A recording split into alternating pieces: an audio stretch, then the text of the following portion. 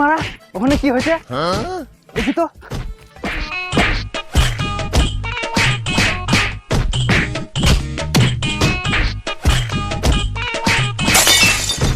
শালা কাজ মেরেই দিব, তুই যেন আমার অনেক কিছু হয়েছে।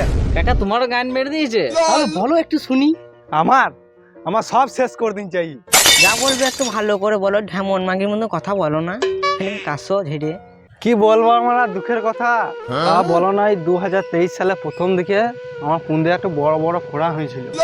সেই ফোঁড়া নিয়ে আমি হাসপাতাল গেলাম ডাক্তার দেখাইতে।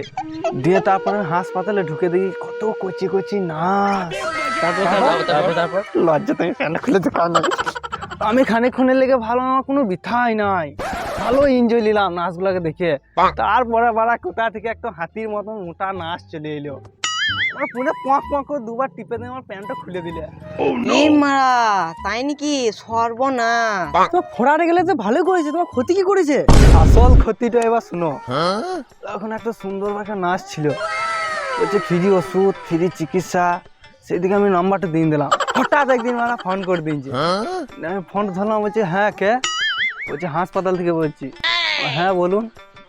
বলছে তোমার ওই কালো পুনটা আছে না, ওই পুনটা দেখে আমি ফিদা, আমি তোমাকে বিয়ে করতে চাই। আমার বিশ্বাস হচ্ছে না। শালা হাসপাতালে সব কথা বলে দিলে, এখন শালা আমার বিশ্বাস হয়ে গেল। এইভাবে আমাদের টানা 7 মাস কেটে যায়। আরে মশাই, তোমার এতে কি ক্ষতি হলো?